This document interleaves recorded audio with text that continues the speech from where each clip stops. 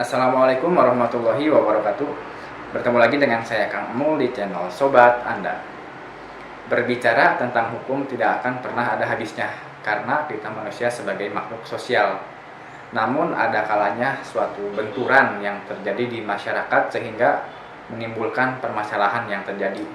Sebagai manusia kita dituntut untuk menyelesaikan suatu permasalahan, baik itu diselesaikan secara pribadi ataupun secara hukum yang berlaku di negara ini. Di Indonesia sendiri ada dua jenis hukum yang berlaku. Yang pertama itu hukum pidana dan yang kedua hukum perdata.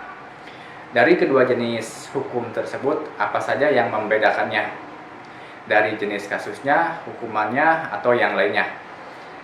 Mari kita bahas bersama-sama tentang perbedaan hukum pidana dan hukum perdata. Jangan lupa like, komen, dan subscribe channel ini.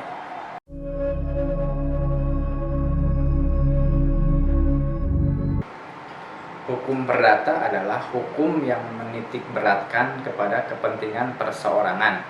Dalam arti luas, meliputi semua hukum privasi material yang segala hukum pokok yang mengatur kepentingan-kepentingan personal atau kepentingan pribadi. Dalam arti lain, hukum perdata adalah hukum yang sifatnya privasi atau private.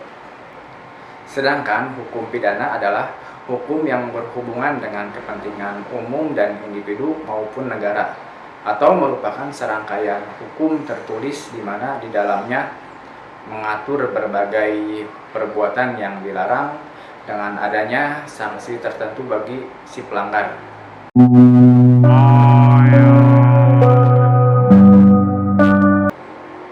Dari kedua jenis hukum tersebut kita akan membahas apa saja perbedaannya. Ada 4 yang akan kita bahas dari perbedaan hukum tersebut. Yang pertama itu contoh kasusnya, yang kedua pelaksanaannya, yang ketiga itu putusan hakimnya, dan yang terakhir keempat ruang lingkup dari hukum tersebut. Yang pertama kita akan membahas tentang perbedaan dari contoh kasusnya. Contoh kasus hukum perdata adalah misalnya masalah utang piutang, masalah warisan, masalah perceraian, masalah prestasi, sengketa lahan, dan lain sebagainya. Misalkan dalam satu keluarga ada permasalahan antara suami dan istri, dan dari permasalahan tersebut mereka memutuskan untuk bercerai atau berpisah. Nah, dalam kasus tersebut tidak ada pihak lain atau pihak luar yang dirugikan atau bahkan lingkungan sekitar yang dirugikan. Maka kasus tersebut itu termasuk ke kasus private atau hukum perdata. Di dalam hukum pidana atau hukum publik ada dua jenis perbuatan yang dapat dikenakan sanksi hukuman, yakni yang pertama itu pelanggaran. Jenis-jenis perbuatan yang melanggar berbagai larangan tertulis dalam perundang-undangan, namun tidak memberikan dampak secara langsung kepada orang lain atau lingkungan sekitar. Misalnya tidak menggunakan sabuk pengaman, merokok di tempat umum, dan lain sebagainya. Yang kedua itu kejahatan. Jenis-jenis perbuatan melanggar peraturan perundang-undangan dan bertentangan dengan berbagai nilai yang berada di tengah masyarakat. Contohnya nilai agama, nilai asusila, nilai rasa keadilan, dan lain sebagainya. Mungkin contoh kasus dari hukum kejahatan ini yaitu contohnya perampokan, pembunuhan, dan lain sebagainya.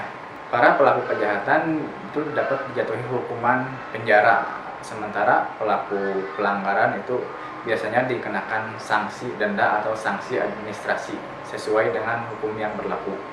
Perbedaan yang kedua dari proses pelaksanaannya. Hukum perdata baru akan diproses hukum apabila pihak yang merasa dirugikan lalu melaporkannya kepada pihak yang berwenang. Dalam artian, tidak akan pernah ada proses hukum apabila belum ada pihak yang melapor.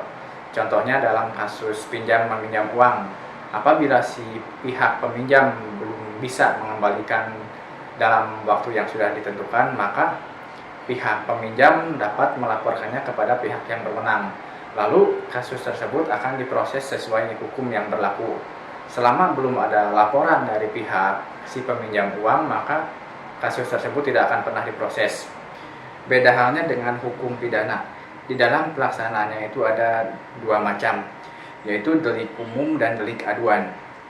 Kalau delik umum tidak perlu lagi nunggu laporan kepada pihak yang berwenang, langsung diproses pada saat itu juga. Contoh kasus, misalnya ada satu kasus pembunuhan, maka pihak keluarga atau kerabat tidak perlu lagi melaporkan kasus tersebut kepada pihak yang berwenang, melainkan kasus tersebut langsung diproses secara hukum.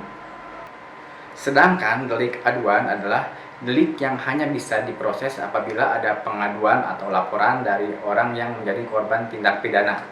Contohnya adalah misalkan ada seseorang yang dibully atau difitnah oleh rekannya atau oleh orang luar, maka kasus tersebut bisa diproses apabila orang yang teraniaya tersebut melaporkannya kepada pihak yang berwenang. Intinya, kalau delik aduan itu harus ada pihak yang merasa dirugikan atau merasa direndahkan nama baiknya, maka kasus itu bisa diproses oleh pihak yang berwenang. Yang ketiga itu berdasarkan putusan hakim.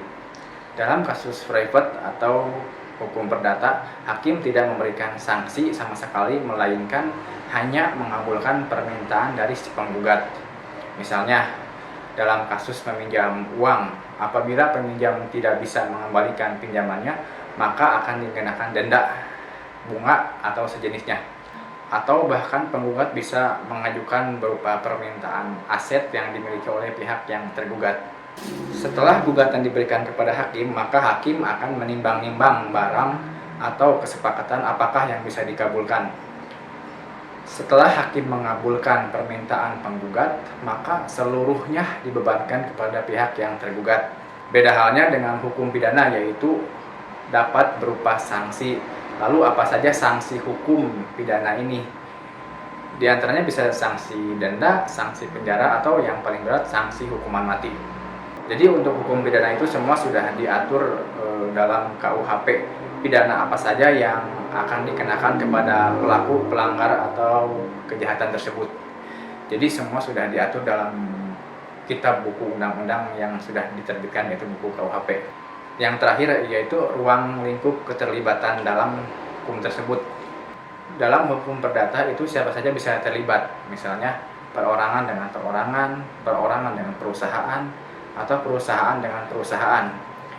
Karena di dalam pembuatan perjanjiannya bersifat fleksibel, tergantung kesepakatan dari kedua belah pihak, poin-poin apa saja yang akan dimasukkan dan konsekuensi apa saja yang akan diterima apabila dari kedua belah pihak ada yang melanggarnya atau terjadi wan prestasi. Beda halnya dengan hukum pidana yang undang-undangnya tersebut sudah dibuat oleh negara dan bersumber kepada kitab undang-undang hukum pidana atau kitab yang kita kenal KUHP. Di dalam KUHP sudah diatur mulai dari jenis kasus sampai dengan sanksi-sanksi yang akan diterima oleh si pelaku. Contoh kasusnya misalnya penganiayaan, maka sudah diatur dalam pasal 351 KUHP dengan ancaman sanksi yang telah ditentukan tergantung dari jenis penganiayaannya. Mudah-mudahan sampai sini sobat bisa memahami. Apabila ada tambahan atau pertanyaan dari sobat, silahkan tuangkan di kolom komentar. Assalamualaikum warahmatullahi wabarakatuh.